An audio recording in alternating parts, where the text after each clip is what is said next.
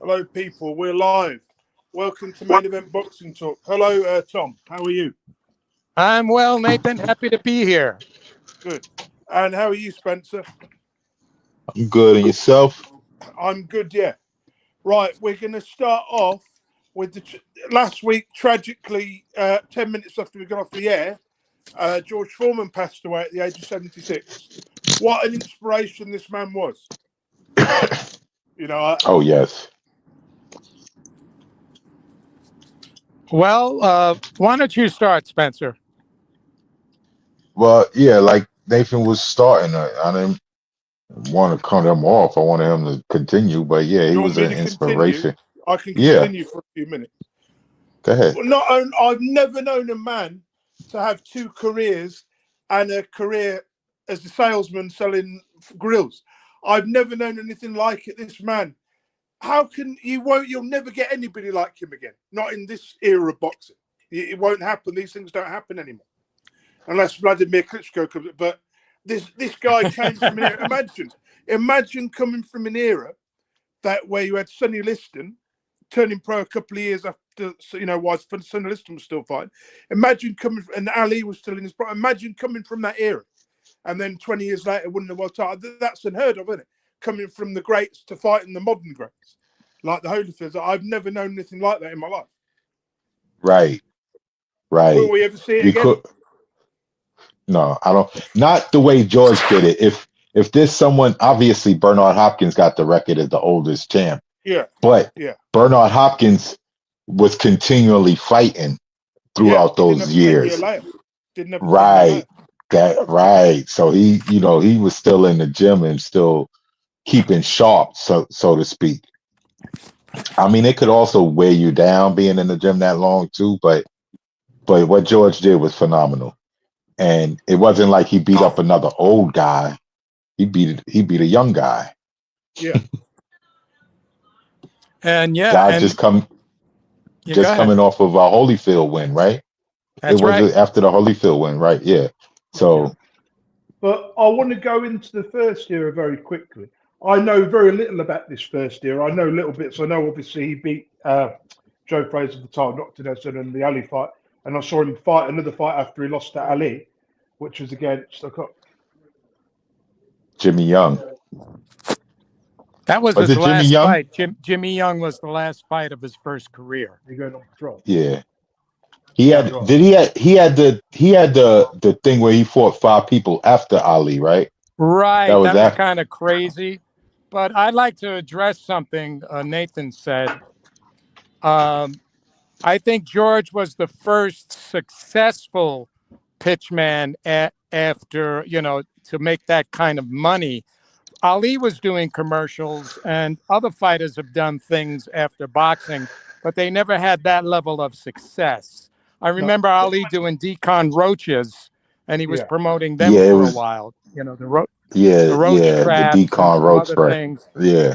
But George took that to a whole new level in terms of money, the amount of money he made. And he was very successful with it, I think, because he was still, had his faculties and he had changed his personality to a great degree. And he could speak well at that point. But if I like to go back to that first part of his career, I remember him at the 68 Olympics knocking out this big Russian guy when he was only 19 years old. And it caused a big controversy because he was carrying the American flag around the ring. Now, if you remember, we had the 3 guys holding up the with the black gloves with the white guy. It was the 2 Americans, and he was Australian, I think. The white dude was Australian. And they all got pretty skewered from that, but the Australian guy really took it, had a lot of hardship from what he did, in Australia when he went back to Australia, So George, you got this 19-year-old kid just pummeling this man into submission, this big Russian guy. And that was impressive, but I think he was still overshadowed by Ali at that time because Ali hadn't yet been retired. And it wasn't he was he was still going through the courts, right? Yeah, it wasn't until 69. I think his last fight was against Zora Foley in 69, somewhere around there. and then he got involved with the courts. But then you didn't notice George until about the 12th fight. He started knocking the hell out of everybody. But one thing I have to say, even though he stopped a lot of guys by KO, he wasn't a one-punch knockout guy. He pummeled you until, like, even with Frazier. He bounced the Frazier around the ring.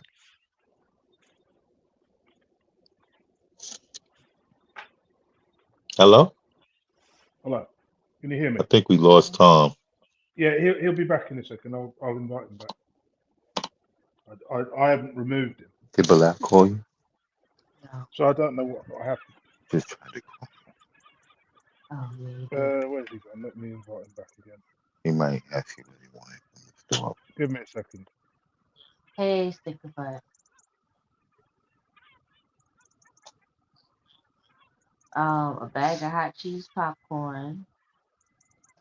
So anyway, continue giving your view on Foreman before we move on. Well, yeah, he was good. He was his first career. Like I was a kid, so I barely remember his heyday because the Ali fight happened. I don't even know if I was even watching boxing yet, but he was a big name. I remember we was watching Sanford and Son reruns, and he was on an episode of Sanford and Son. Really? Wow.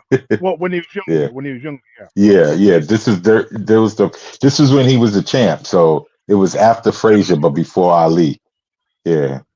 So I remember about him. I remember the first time I knew who George Foreman was in like 1991, 1992, but I was only 10 years old. But when I remember watching on the news, seeing this old fat guy. Well, he wasn't fat, but this old guy called George Foreman, I'd never heard of before. Who's this guy? And they mentioned Muhammad Ali. Obviously, I grew up knowing who Ali was.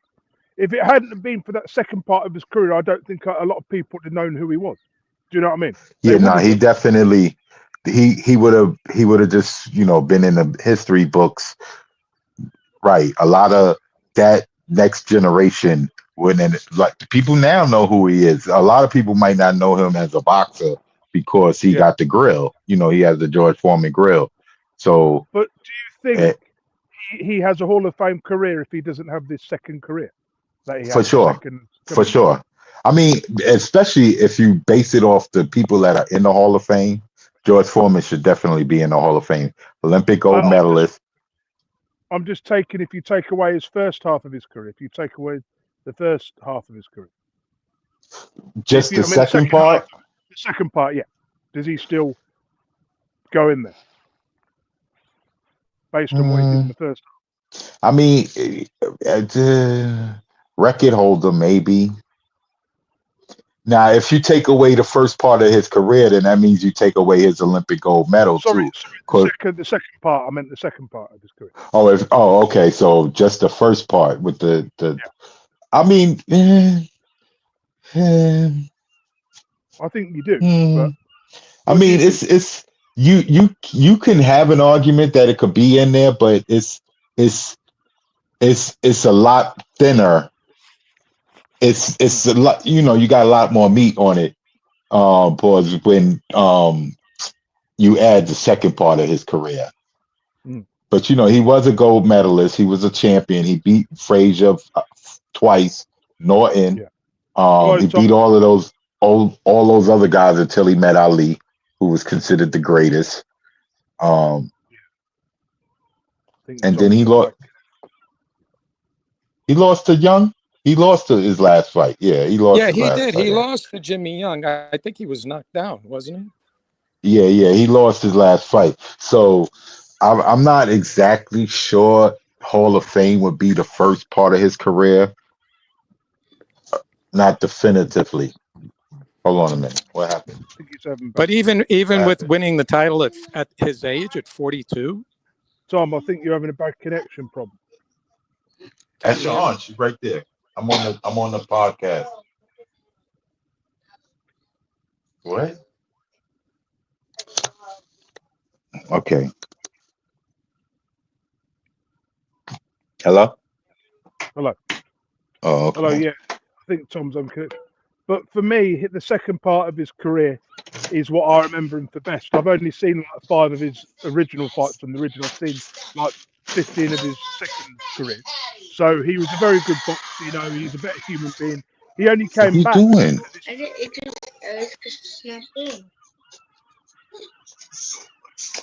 Now you broke the charger.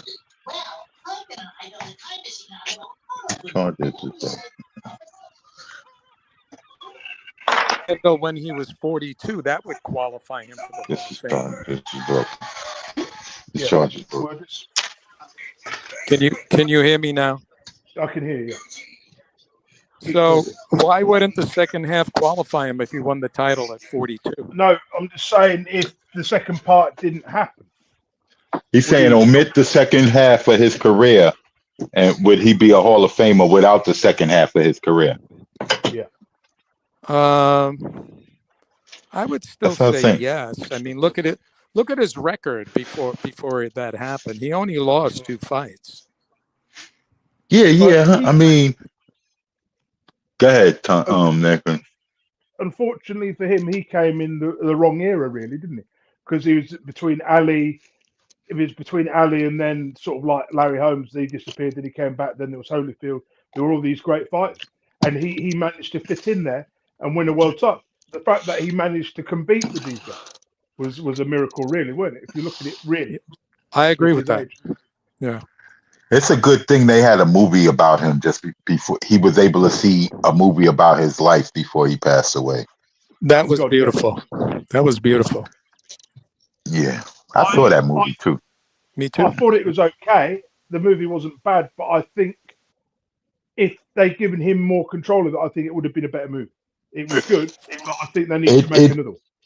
It was too short for all of the stuff in his life, to me, It had to be in my opinion. Because they could have made, or just like you said, 2 movies focused on one part of his life. He could have just focused on the boxing, because he had a big career post boxing. You know, he probably made more money after boxing than he did during boxing. But all they had to do to make the film good was go on about his childhood, do the Olympic gold, and when he won the title. Then when he lost to Ali, they should have ended the film. Then 6 months later, made another film where it's 10 years later and he comes back. That's what they have to do. But they open it up. They open it up with the They like we saying, we all in agreement. It wasn't a long movie. It wasn't like it was a 3-hour movie or something. You do justice to a 20-year career to over 30-year part of his life in an hour and a half. Even Ali got more than this, you know. Well, would the general public been as interested as they would have been in the Ali film? You know, that's a big question. No, I mean, Ali is a bigger name, definitely. Yeah, they should have probably did. But there's a big difference. George Foreman had all his faculties; he could still talk. Imagine if Ali was still be able to talk to the extent George Foreman did. God, he would have been making more money.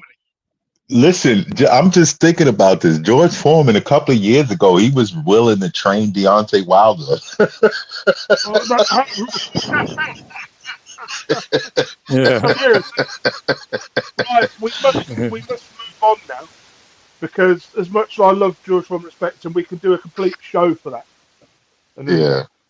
So let's move on. Deontay Wilder has a comeback opponent. Let me just find out what his name is. Oh, no. It's Tom Ato. I thought you were going to say Tom Mendola. Nah, it's Tom Ato.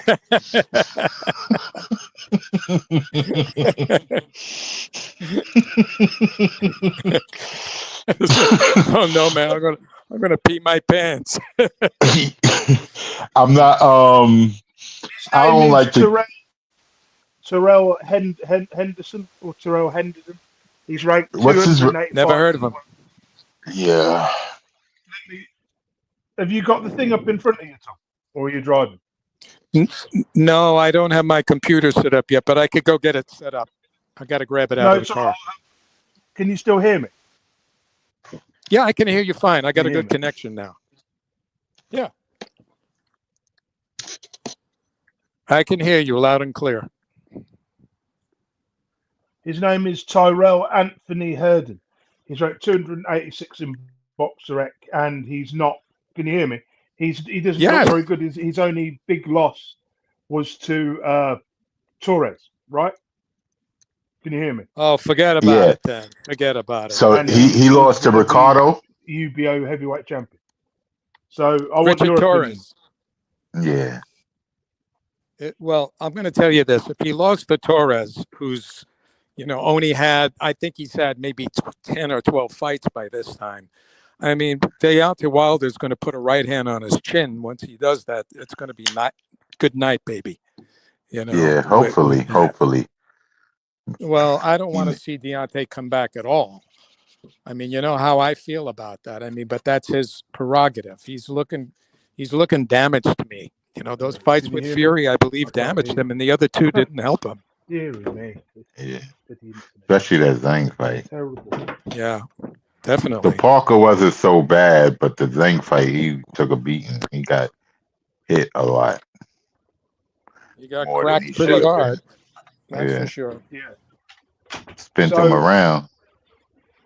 Yeah, you don't want to see that in a fighter that you love, who's already showing signs of damage.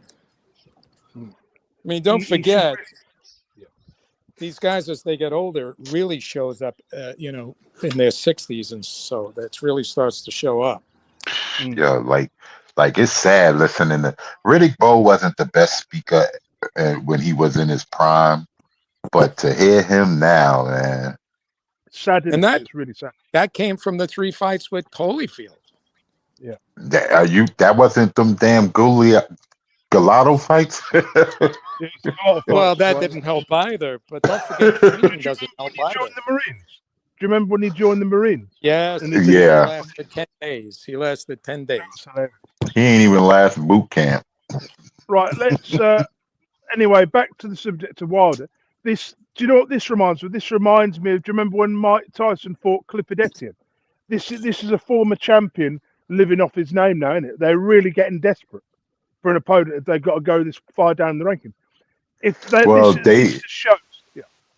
This might have been what he needed to do in the first place instead of jumping in there with Parker and Zhang. He should have probably came back with this level guy. Yeah, but first. The year layout didn't help, did it? The year layoff when he fought. Yeah, no, that's what I'm saying. Like after he only had the one round against Helenius. For opponents now, Yeah. I mean, like I said, he only had the one round with Helenius in like a 2-year spell. Yeah, we can hear you. We can hear you, dude. But yeah, anyway, I mean, as a boxing fan, I'm saddened that we never got a chance to see AJ versus Wilder, AJ versus Fury. I don't know if you can hear me, guys. Parker versus Wilder. Well, I can't hear you. Well, it was way past his best time. Right. So, what did you want to add to that, Nathan? And it's in Kansas. It ain't even in a popular place. Who's the promoter? Right, can you hear me? I don't even know. Yes, we can hear you. Can't hear me. Yes, we can hear you. Okay, good. Right, so this is a desperate fight. Nathan. I don't get the reason why. Did you say who was promoting it? Nah, it's Combat. Let me look for it. Combat something. Let's have a look. Can you hear me, Nathan? What did it say? He's reading. Okay. It's Global Combat Collective. I've never heard of it before. Well, there you go. Because I don't think Top Rank wants to promote it. Top Rank used to be his promoter, right? Yeah, nah, he was with PBC. I don't know what this is. Oh, that's right. That's right. Yeah. Well, they're not promoting it, so I don't think. Nah, because I don't think he's working with PBC anymore. Like as far as a fighter, because should we move on to my next thing? Them 2 Turkey fights was not PBC promoted. So Spencer, have you got anything else to say on this? No, I'm done. Oh yeah, so Derek Chisora has been named the mandatory for the IBF title. So, it's a joke, isn't it? Yes, this is ridiculous. God, that's crazy. So what is who your did opinion he just fight? Who did Chisora just fight? Otto Oh, Wally. he fought That was the Finnish guy. What's his name? That fought Fury. Otto Wally. Otto Wallen. Yeah, Wallen. So you mean to tell me Otto Wallen versus Derek Chisora fight was an eliminator for mandatory? No, it wasn't. It was That's an crazy. eliminator. It wasn't a final eliminator. It was just an eliminator. Chisora's not even ranked number 1. He got to be ranked now. The IBF follows the rules, so if he's considered the IBF mandatory, there's I a haven't reason. seen the latest. Let me look at the latest IBF rankings because this doesn't make any sense. But Is I Parker don't fighting get, somebody? Yeah, because he's he's the supposed world. to be. Yeah, because he's still the interim champion for the. He's supposed to be fighting AJ again. Yeah, It depends. I'm not really sure. Yeah, supposedly. I don't think it's So signed. because Parker was due to fight Dubois, but then he got hurt. So they or was it Dubois that got hurt? Dubois got hurt, right? Dubois, he Yeah. got You know sick. what? So He got Parker sick. had to fight whoever he fought, and He fought the big guy from Africa. What's his name? Bacoli. Yeah, he knocked the guy. Yeah, he knocked out Jared Anderson. But Bacoli was like 300 pounds for that fight. Yeah. Nah, but I'm trying to figure out like because Parker's the WBO interim or something, right? Yeah, it's been taken out the latest rankings. I've looked at the latest rankings in front of me. Which is what number 1 is not rated, so then obviously if number 1's not rated, they go down to the next challenger. So that makes Chisora. You know, Chisora's number 2. Yeah, number 2. There's no number 1. Number 1's not rated. You know what the IBF are like with their ranking system. Right. They'll do number 2 if there's no number 1. But Yeah, they usually would have a fight for the number 1. They would, but sometimes they do. They'll skip do it. this. Nah, I got you. Before. Yeah, no, I've seen them do that. Because they did it with Joshua. I remember some of the people dropped out, so they just picked Joshua because he was like 5th down on the list. So they just go down to the nearest challenger. If everybody refuses, they just say if everybody refused from number 2 to number 8, then they'll just pick number 9.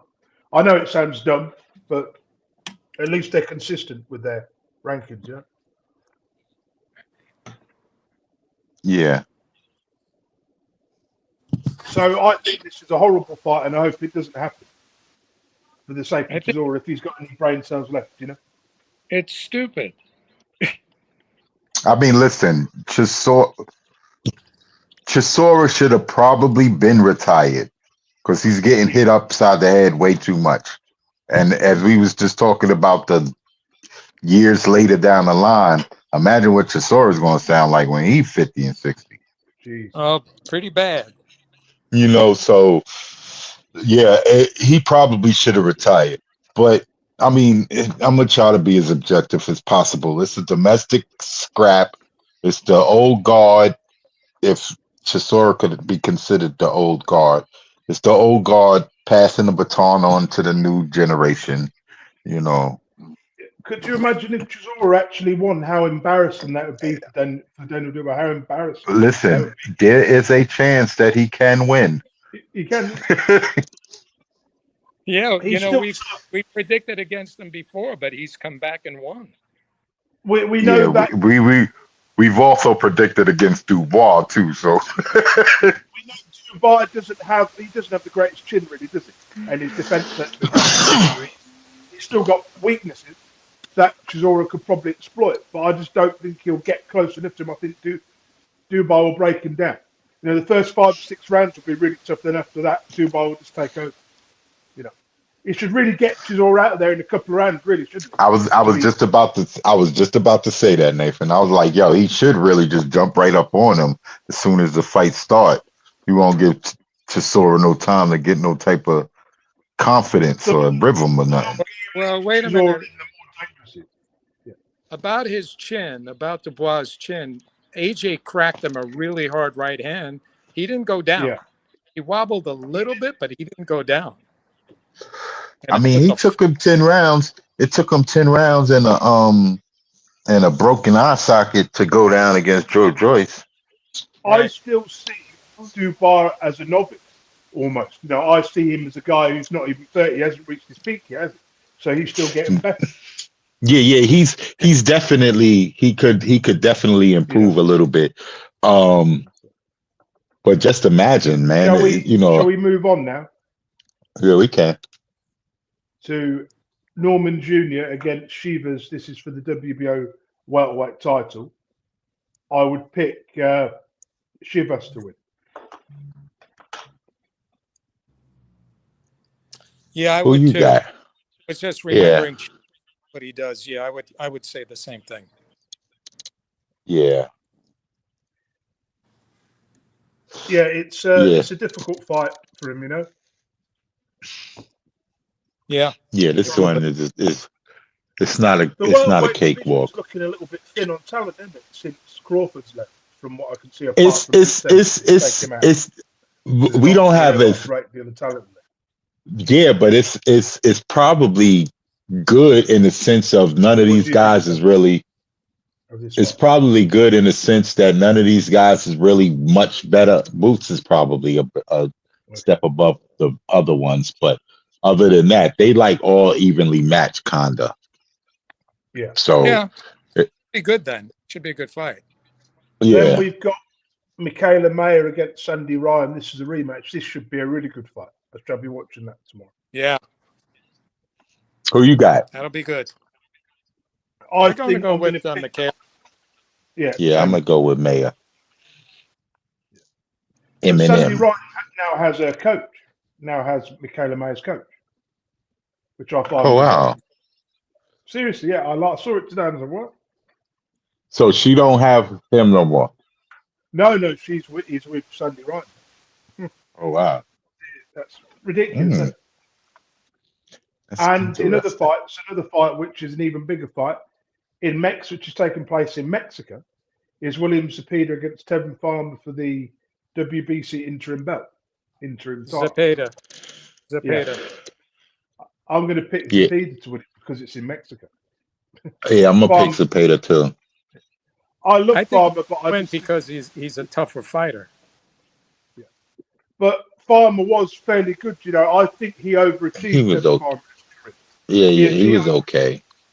But you notice when he was world champion, how easy the soft match he had. He was fighting like the domestic level European fighters, weren't he? For his defense. Yeah, I mean, you know, he got in when Eddie Hearn was first trying to launch that DAZN platform. He got signed with Eddie Hearn. He got signed with Eddie Hearn, and Eddie Hearn had a bunch of fights that he could set him up with. He really wanted a big fight against Tank at the time. But one of the questions: did Patti LaBelle make an appearance? Stir it up now. Hey, I saw a concert here in Los Angeles once. Really? Wow. Yeah, she could sing, man. She had a great voice. That's my wife's favorite singer, one of them. Well, that's a good choice. She's old now. Still looks sounds right. So Tevin Farmer, for me, he's really at the end of his career. I think, you know, why are they giving him these fights, these big fights? Why he's had no warm-up fights, really, has he? No, Tevin Farmer? Tevin Farmer. He just fought. Nah, he had a couple of fights recently. That's all. I'm going to answer your question. Seen any other boxing news? Nathan, they're giving him these fights because when he's in these fights, they're close and he puts up a good fight. That's why. It's like Derek Chisora, you know, he always puts on an exciting fight. Spencer, have you seen anything else in the news that interests you today? Not offhand. I can't think right now. Well, what about you, Tom? Nothing major that I put. I mean, Andy we had Cruz fight last weekend. Says Keyshawn Davis doesn't want to fight anyone who can fight. Apparently, that's bullshit. Accuses WBO champ of avoiding top competition. He just won the title. You know, He this is the wants to second. fight. Can you hear me, He wants to Spencer, fight. or not? Yeah, I can hear you. He wants to fight. Let's try again. Tom, are you there? He wants. Yeah, I can. Yes, yeah, I hear you, Nathan. Can you hear us? Oh, he's gone again. Can you hear me? Can you hear us? Right, I'm going to end the podcast because I can't hear anybody. Wait, We'll can be you back hear next me? week.